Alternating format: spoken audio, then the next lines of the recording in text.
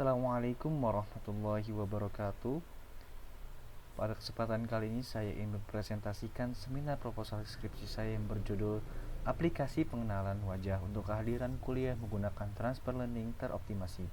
Sebelumnya perkenalkan, nama saya Andris Naufal Ustam dengan NIM 3012-2108 dan dosen pembimbing saya Bapak Muhammad Zain Fawaz. Nah, selanjutnya yaitu poin utamanya. Di sini ada 3 poin utama. Yang pertama yaitu pendahuluan, yang kedua kajian teori atau kajian pustaka, dan yang ketiga yaitu metodologi penelitian. Kita sekarang ke pendahuluan terlebih dahulu. Yang pertama yaitu latar belakang. Dilatar belakangi dengan perkembangan teknologi face recognition yang mencapai nilai pasar 9,6 miliar USD pada tahun 2022. Sistem presensi konvensional tergolong lambat dan rawan kecurangan atau biasa kita sebut dengan titip absen dan memakan waktu 5-10 menit per sesinya. Nah, deep learning ini khususnya pada kesempatan ini kita menggunakan CNN menghasilkan akurasi lebih dari 99% pada benchmark standar. Nah, masalahnya trade-off antara akurasi tinggi dan kecepatan inferensi untuk real time itu kurang.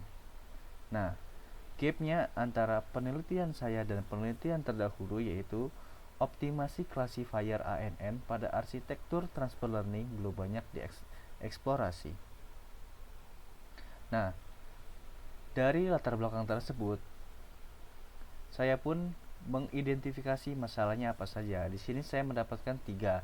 Yang pertama yaitu sistem presensi konvensional tidak efisien. Yang kedua, model deep learning membutuhkan resource yang besar.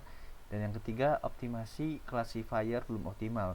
Dari identifikasi masalah tersebut, didapatkan rumusan masalah yaitu 3. Yang pertama, bagaimana merancang sistem presensi dengan mobile fastnet. Dan yang kedua, bagaimana pengaruh optimasi ANN dengan random search terhadap akurasi. Dan yang ketiga, bagaimana kinerja waktu inferensi untuk kebutuhan real time. Nah, tujuan dari penelitian ini yaitu yang pertama untuk mengembangkan aplikasi presensi kuliah berbasis web dengan face recognition menggunakan arsitektur transfer learning mobile fastnet. Yang kedua, mengoptimasi struktur dan hyperparameter classifier ANN menggunakan random search untuk mencapai akurasi lebih dari sama dengan 95%. Dan yang ketiga yaitu mengevaluasi kinerja sistem berdasarkan waktu inferensi dengan target kurang dari 1 detik per prediksi. Nah, dari tujuan penelitian itu, manfaat yang didapatkan yang itu dibagi menjadi 2, yaitu manfaat teoritis dan manfaat praktis. Manfaat teoritisnya yang pertama yaitu kontribusi pada body of knowledge, yang kedua framework optimasi classifier, dan yang ketiga yaitu potensi publikasi ilmiah. Nah, untuk manfaat praktisnya yang pertama yaitu prototipe sistem presensi UIC, yang kedua yaitu efisiensi waktu dosen dan mahasiswa, dan yang ketiga source code open source, dan yang keempat yaitu guideline implementasi.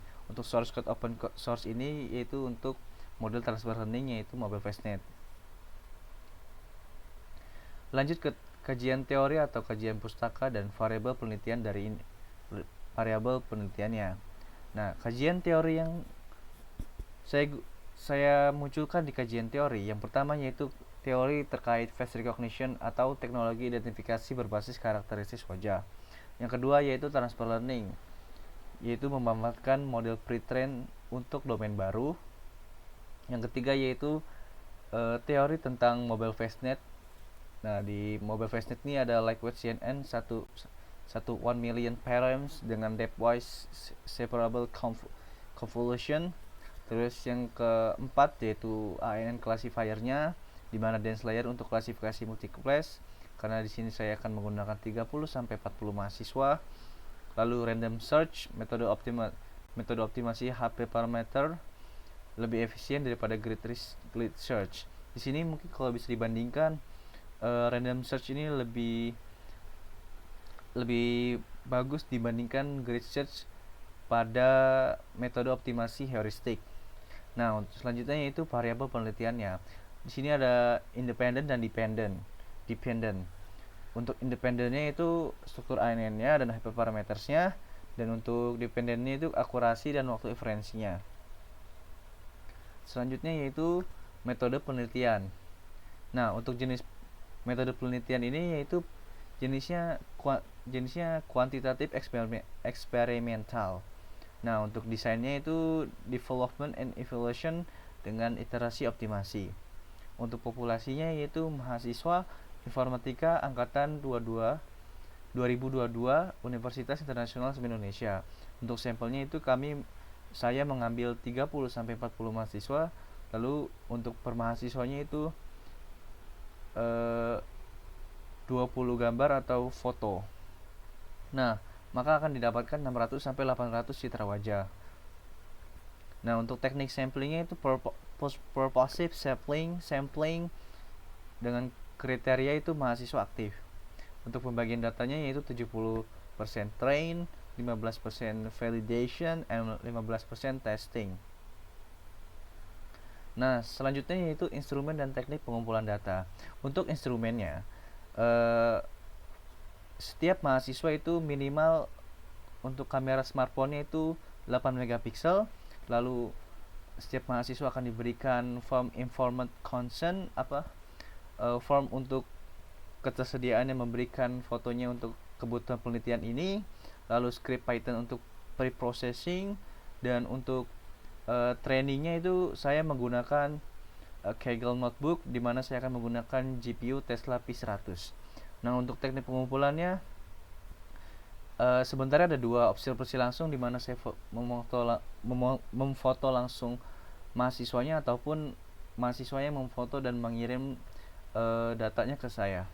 Untuk variasinya bisa dilihat dari pose, lighting, ekspresi, menggunakan aksesoris atau enggak. Ya, maksud saya menggunakan aksesoris atau enggak itu misal mahasiswa yang menggunakan kacamata atau tidak gitu.